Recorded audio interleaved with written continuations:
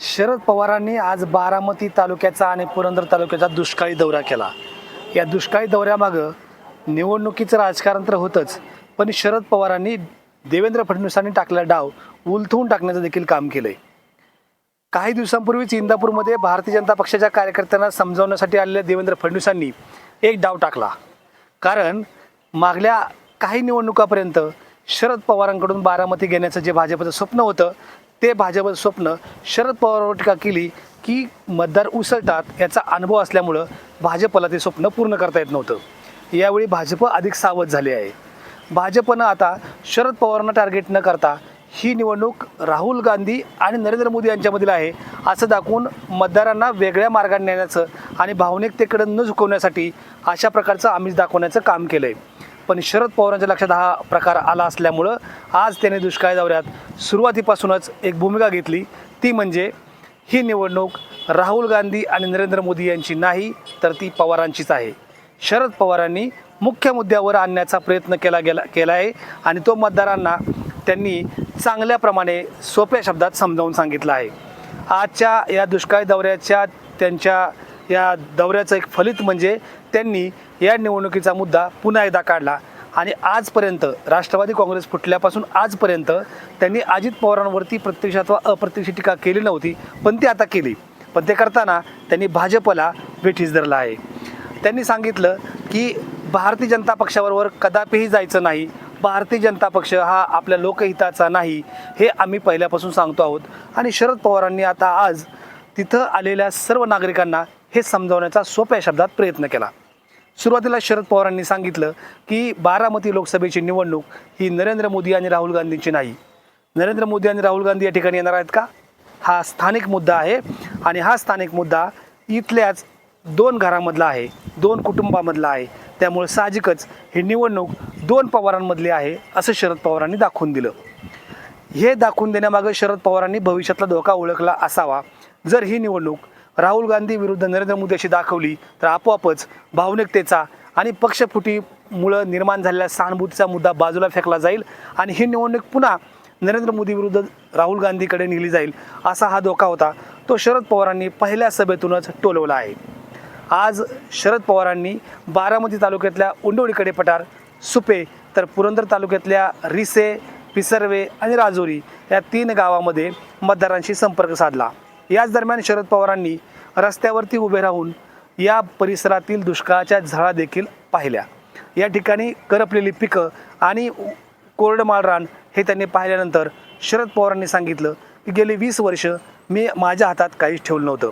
एका अर्थानं अजित पवारांच्या जनाई शिरसाई उपसाई सिंचन योजनेच्या संदर्भातील कथित उदासीनतेचा त्यांनी मुद्दा पुढे आणला। आणखी एक गोष्ट त्यांनी केली की कोणीतरी त्यांना चिठ्ठी दिली आणि शरद पवारांनी संपवलेलं भाषण पुन्हा सुरू केलं। शरद पवार काय म्हणाले?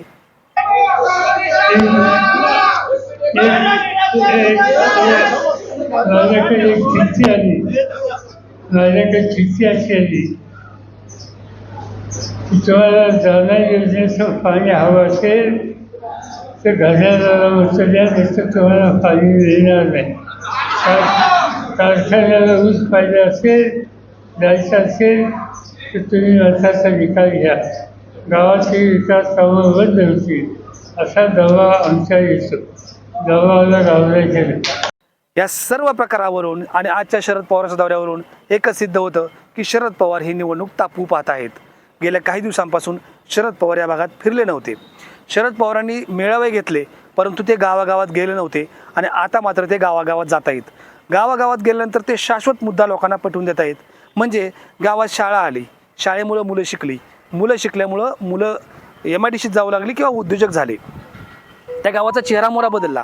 हे सांगताना सुद्धा शरद पवार सहजपणे सांगतात की सुरुवातीला मी या गावात आलो त्यावेळी मला पितळीतून चहा दिला, दुसऱ्या वेळेस आलो त्यावेळेस कपाचा दांडा तुटलेला होता आणि त्या कपामधून मला चहा मिळाला, तिसऱ्या वेळेस मात्र त्या घरातली सून घर बदलल्यामुळं, जीवनशैली बदलल्यामुळं ट्रेमध्ये अत्यंत उंची दर्जाच्या कपबशा घेऊन आली होती। हे त्यांनी अगदी सोप्या भाषेत लोकांना समजून सांगितलं की श्रीमंती किंवा विकासाची अखंड प्रक्रिया शाश्वत विकासातून कशी येत असते। म्हणजे माणसांना उभं करण्याचं काम आपण कसं केलं आहे ते सोप्या भाषेमध्ये शरद पवारांनी ठसवून सांगितलं। आजपासून शरद पवारांनी त्यांच्या दौऱ्यामध्ये अशा प्रकारच्या वेगळ्या भावनिकतेचा मुद्दा सुरू केला आहे. म्हणजेच शरद पवारांनी काय केलं या प्रश्नाला शरद पवार अत्यंत सोप्या शब्दात उत्तर देत आहेत. पण हे करताना ती जी स्टोरी तयार करतायत त्या स्टोरीची उत्तरं मात्र लोकांना द्यावं लागत आहेत. म्हणजेच शरद पवार म्हणतात राष्ट्रवादी कुणी स्थापन केली, खालून लोक म्हणतात पवारसाहेब तुम्हीच केली. या ठिकाणी उद्योग कुणी आणले, लोक खालून सांगतात साहेब तुम्हीच आणले.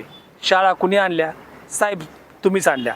असं करत करत शरद पवारांचा संवाद सुरू होतोय आणि अत्यंत सोप्या साध्या शब्दात ते लोकांपर्यंत पोहोचतानाच भारतीय जनता पक्षानं राज्यामध्ये केलेलं जे काही पक्षफोडीचं कारस्थान आहे त्याविषयी लोकांना अधिक सावध करतात आणि हा पक्ष आपल्या हिताचा नाही असं आणखी ठासून सांगतात.